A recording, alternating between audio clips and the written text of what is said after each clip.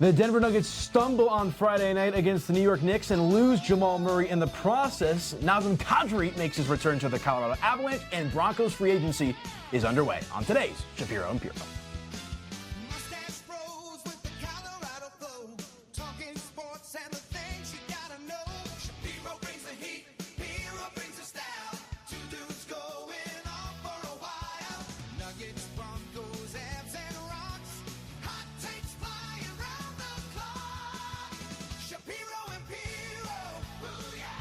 Shapiro and Piro, he's on fire. Shapiro and Piro, from downtown. It's a mustache still mashup for Miss Shakers. Only on Denver Sports. Ah, yes, we have finally made it, the maiden voyage of Shapiro and Piro right here on your Denver Sports 104.3 The Fan YouTube channel, on social media as well. I'm Aniello Piro. He's Jake Shapiro. This show, Shapiro and Piro, is 10 years in the making, believe it or not. I was in high school when I first met Jake. You were in journalism school up there at CU Boulder. I remember us linking up there in the confines of Ball Arena and at Coors Field and talking about how cool would it be to do a show together one day. Yep, and we're finally here, a little maybe Bash Let's Brothers? go. Bash Bash Brothers? Brothers. What are we doing? Something like that? I don't know. We got to figure it out, bro. We got to figure it out. We got to do we got to get like a handshake like we're in the lawn again or whatever. It's all going to be a process.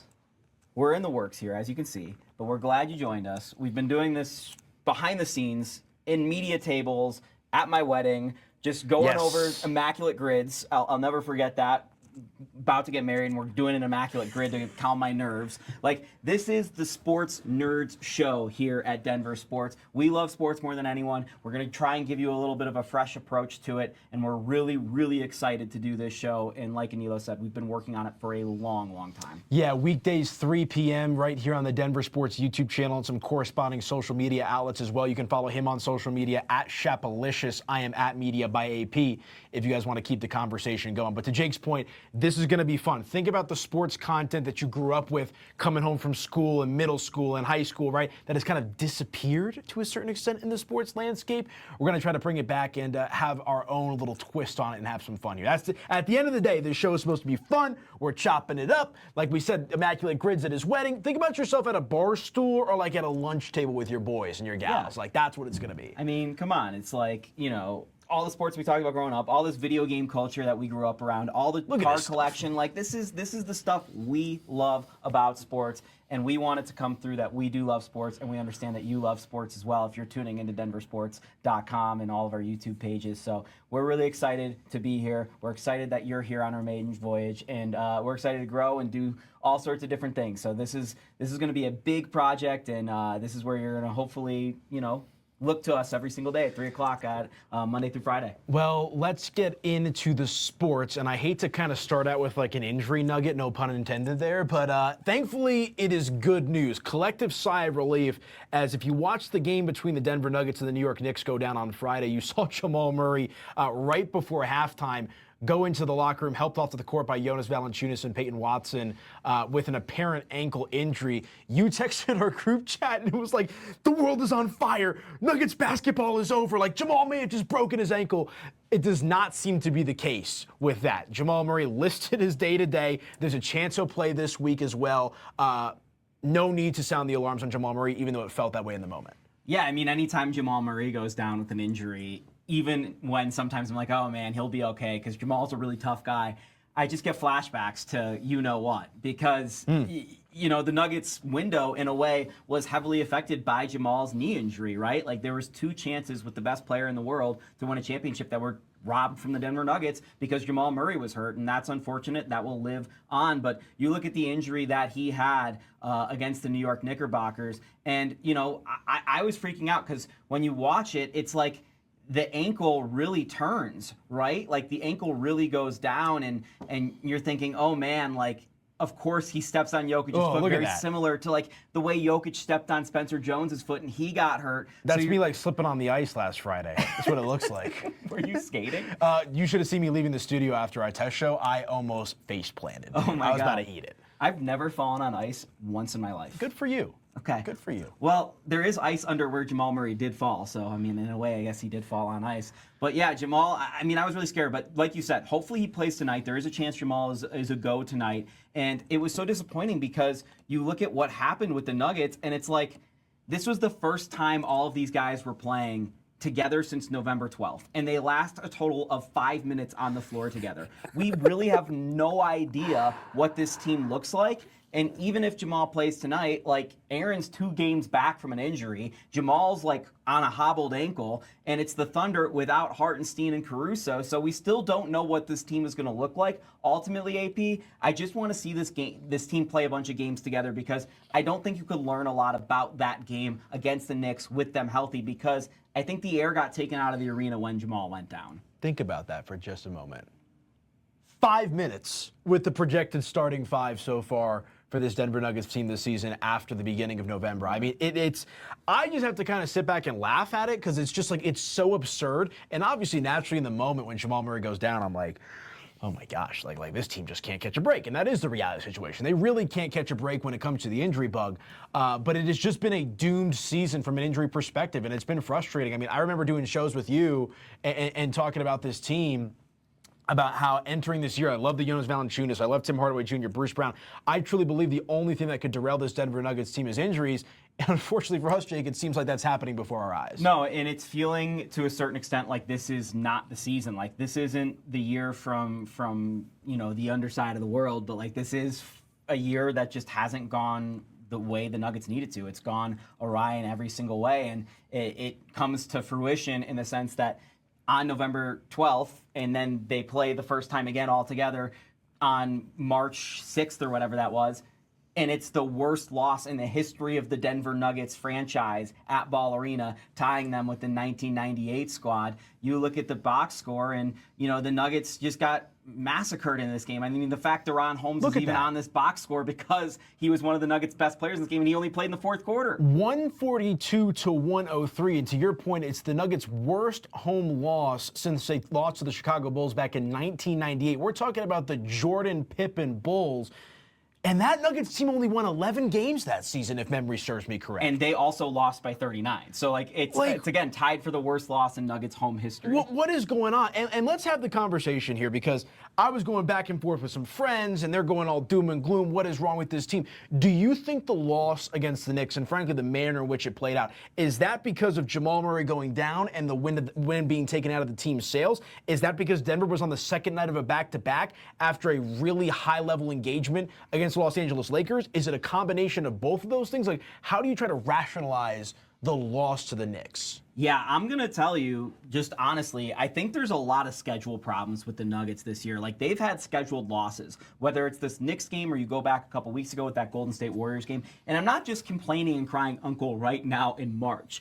I wrote this when the Nuggets schedule came out months before the season, that they got absolutely hosed on this schedule. And you look at a back-to-back at home, and you're playing within 24 hours. One tip time was at 8 o'clock the night before. The next tip time's at 7 o'clock the day of. That's brutal. There's no time to recover for the Nuggets. And, AG's coming off an injury. I didn't expect AG to light the world on fire in his game back, right? And he still looked a little bit hobbled, to be expected. But to lose a game by 39 at home, Aniello, when Nikola Jokic literally did not miss a single 2-point shot.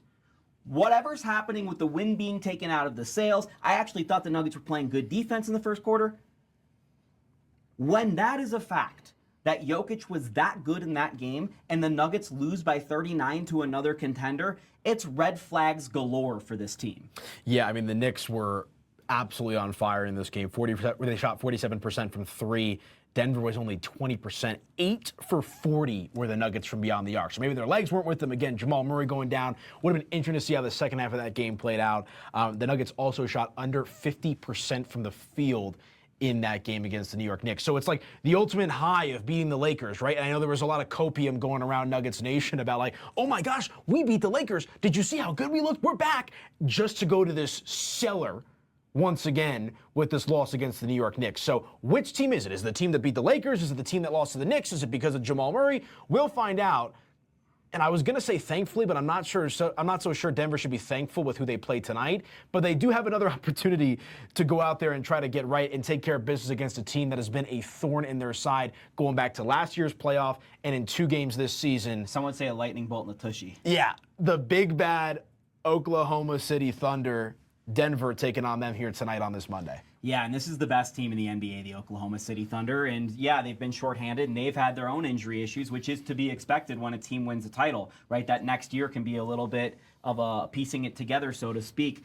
The Thunder are on a 5-game win streak right now, and they've beaten the Nuggets both times. It's really hard to beat a team 3 times in a single season. That's something the Thunder will be trying to accomplish tonight. But man, the Nuggets haven't won in Oklahoma City since that Game 1 game-winning 3 against Oklahoma City, with Aaron Gordon winning that in round 2. And that feels like a lifetime ago. So many different things have happened with the Nuggets since then. So it will be really important for the Nuggets that Aaron Gordon is playing in this matchup. Peyton Watson still isn't back. But those 2 guys are guys that can swing this matchup.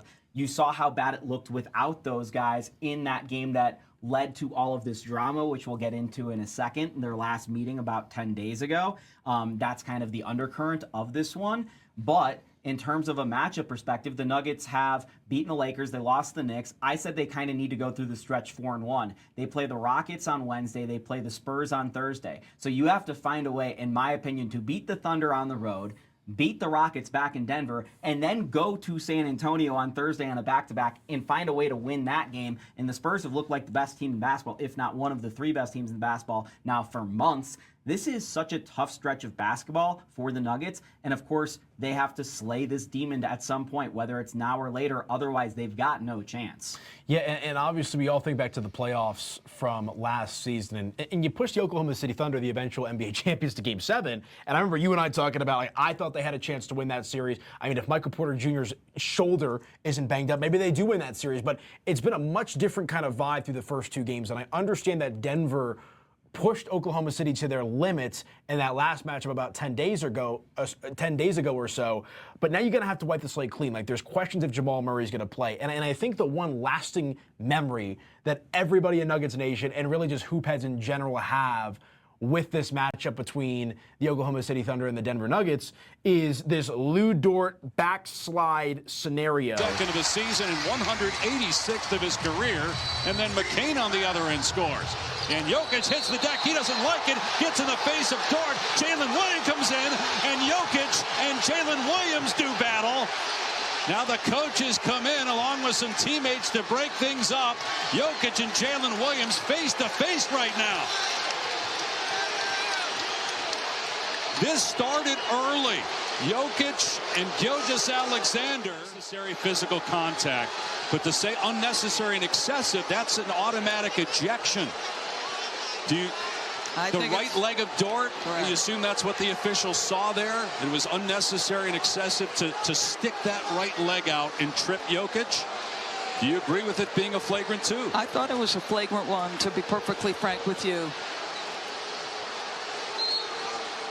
Look at the beast. Look at the eyes of Nikola Jokic in the end of that clip. And I know it went viral. Nuggets Twitter, NBA Centel, like Legion Hoops, all of these weird accounts that are out there on social media were going crazy with Nikola Jokic. But the fact of the matter to me is, Jake, like, that's a dirty play. Now, I might not go as far and say that Lu Dort is a dirty player. I'll be honest, I don't watch the Thunder closely enough, but that's a dirty play. No ifs, ands, or buts about it. Yeah, there's no ifs, ands, or buts about it, in my opinion.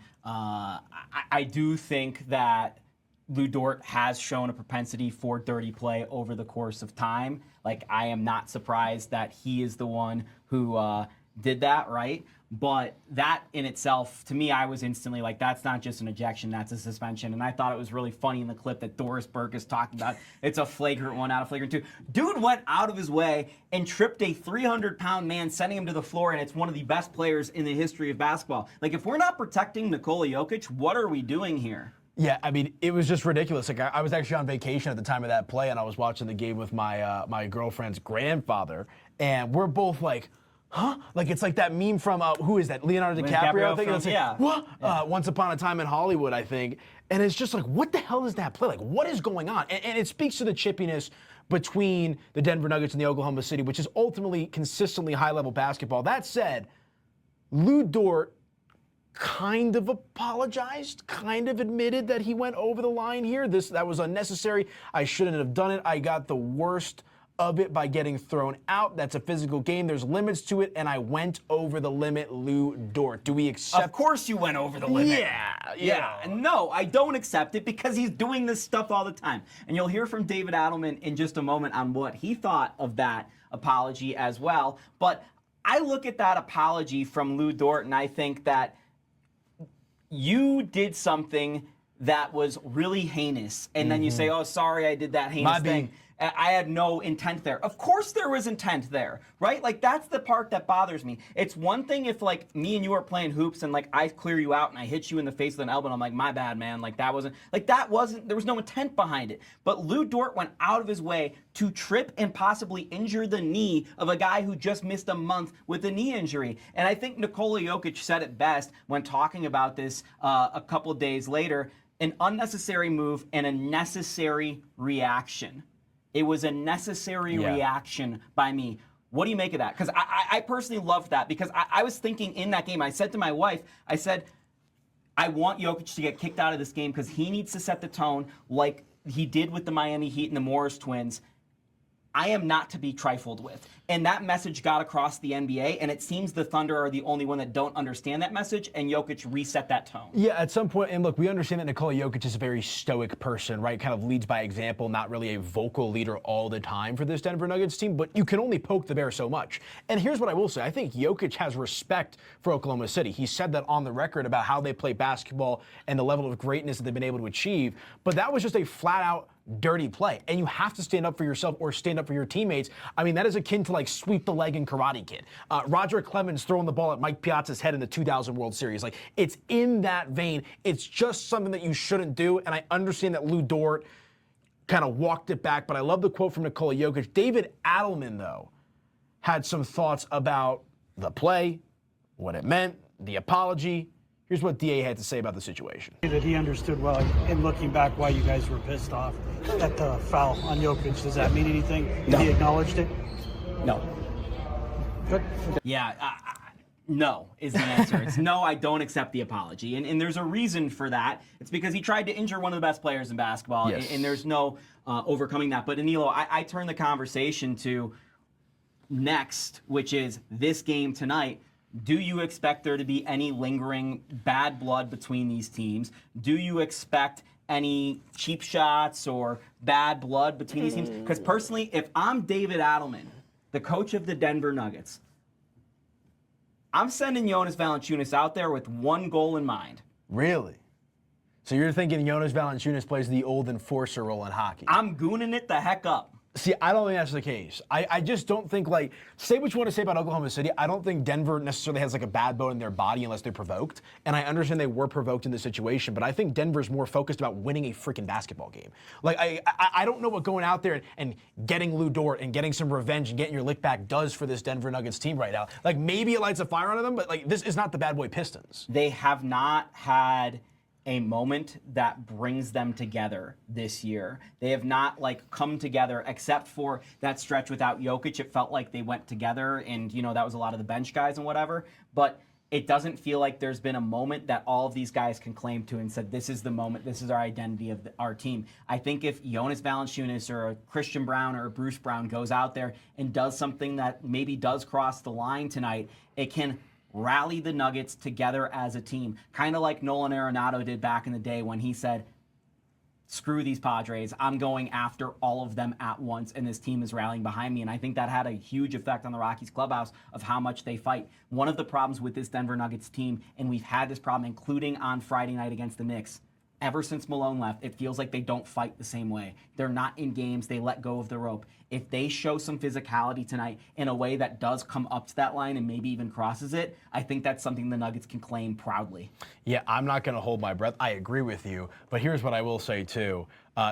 You talk about not having a moment, all that kind of stuff. I agree with you. The fact that Denver lost that game after what Lu Dort did to Nikola Jokic and without SGA playing in the overtime period is shameful. Well, let me ask you If this. you can't get up for that, when are you going to get up? I agree with you, but if you're playing ball with your buddies and someone takes a cheap shot at your buddy and no one comes to his defense and stands up for him and does something back to that guy, don't you kind of lose it a little bit? You're just kind of like, I don't really want to fight for these guys. Yeah, I think it's fair. I think it's fair. I think it was a missed opportunity from the Nuggets that none of them did something back. Yeah, well, and I think they need to do it tonight. We shall see. Interesting matchup between the Nuggets and the Thunder. We'll have plenty of reaction on tomorrow's show as well. But let's kick it to the ice. Speaking of camaraderie and the power of friendship, something awesome happened towards the tail end of last week as the Colorado Avalanche are have now brought back Nazem Kadri, and he made his, or I guess remade his Avalanche debut on Sunday when the Colorado Avalanche hosted the Minnesota Wild, and Kadri had himself a day. But take a look at this video of when Kadri was like on the ice coming out for warm-ups, Ball Arena, going crazy.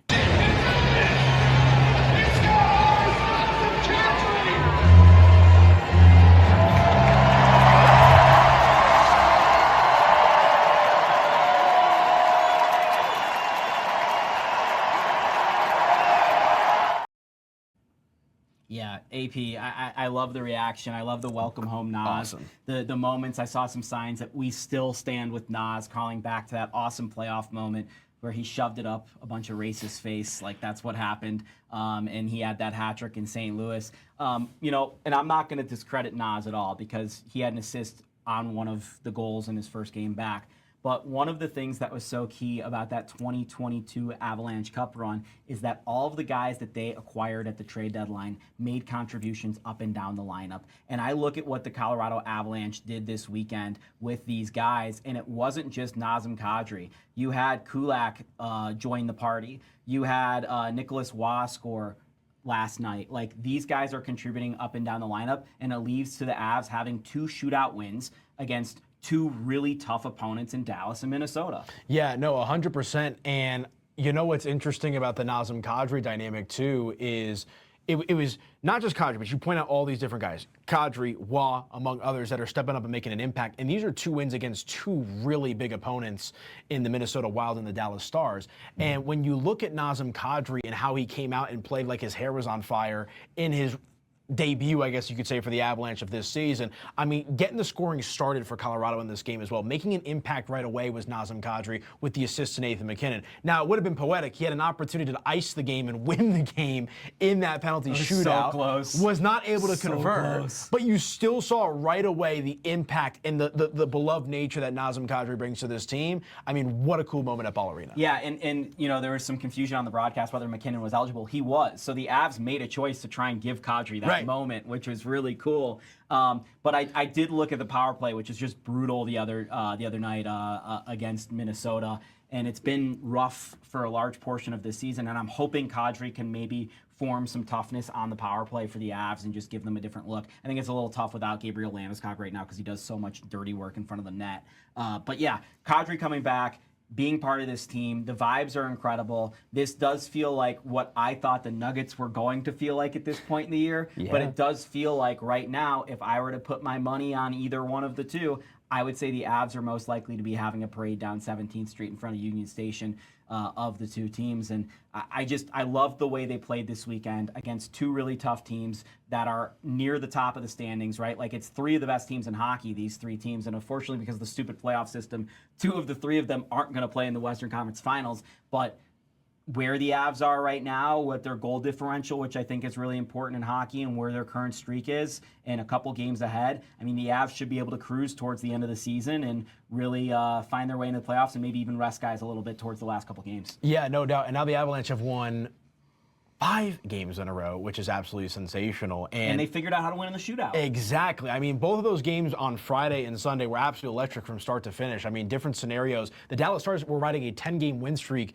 heading into their loss there on Friday against the Colorado Avalanche. The Minnesota Wild, as we know, are one of the more dynamic teams and a real challenge and threat to the Colorado Avalanche out there in the division as well. And so to see these new assets come together, Kadri, Waugh, McKinnon put it together, Landeskog back, making an impact as well. I know Mike Evans probably doesn't like that, but Landeskog's been good when he's been healthy, and it's giddy up time for this Avalanche team, man. I just think those 2 wins really showed you a lot, Jake. Yeah, I don't disagree, and hopefully they can spin that momentum forward. Yeah, I'm with you. All right, let's level up and power up right here on Shapiro and Piro. A couple of fun little topics for us here to round out the show. Let's keep it on the ice. The reason that Gabriel Landeskog did not play on Sunday against the Minnesota Wild is apparently he took a puck from Cale Makar straight to the family jewels, Jake. Yeah, man. I don't know how many things Cale Makar has to do to Gabriel Landeskog before he owes him like a bottle of wine or something. More than a bottle of wine at this point. I mean, a couple years of his career with the knee, and now the family jewels costing him a couple weeks, maybe. I think maybe Gabe and Cale need some counseling. Something like that. I mean, get a load of this. This is reported by Casey Missisiak of the Denver Post. I don't think I said that right, but I apologize, but I know who you are and you do great work. Quote, a key piece of protective equipment had a dent in it after said shot. So let's pretend this is a cup, right? This is an Aaron Gordon sneaker, but imagine if it just like, you know, bent and was dented and something like that. I played baseball. You had to wear a cup when you're growing up.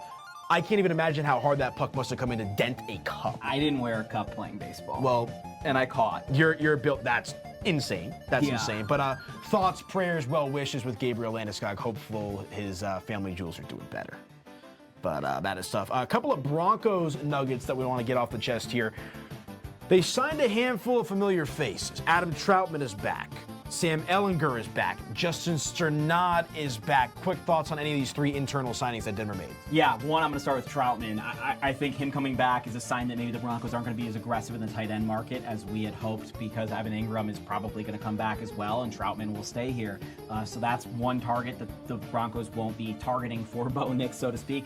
But behind Bo Nix might be Sam Ehlinger as the backup quarterback next year, because why would you bring Sam Ehlinger back on a deal unless you plan to keep him here in Denver? I think this might be news that Jarrett Stidham is on his way out of Colorado. Yeah, and I know there's been some trade speculation and rumors involving Jarrett Stidham, so we shall see how that plays out.